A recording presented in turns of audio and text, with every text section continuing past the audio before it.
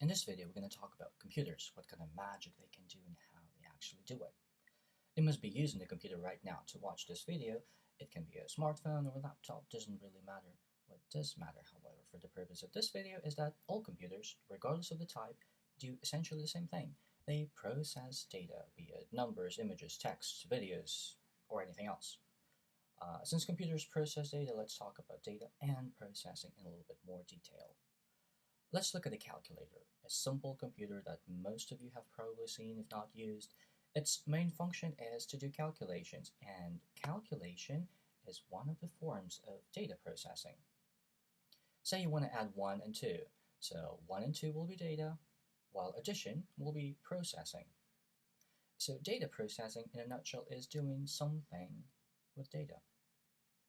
Now, I briefly mentioned this at the beginning of the video that computer data can have various forms, such as text or images and so on. But the truth is, computers cannot tell what kind of data they're dealing with because computer data, also known as digital data, is presented in the binary format, a sequence of ones and zeros similar to what you see here. This is the binary sequence or binary code for the well-known phrase in computer science, hello world. Before it gets more confusing, let's summarize the content of this video.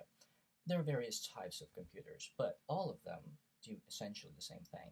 They process data, or do something with data. And the data computers deal with is called binary data, a sequence of ones and zeros. This is it for this video. In the next one, we'll talk about programming and programming languages. Thank you for watching. See you next time.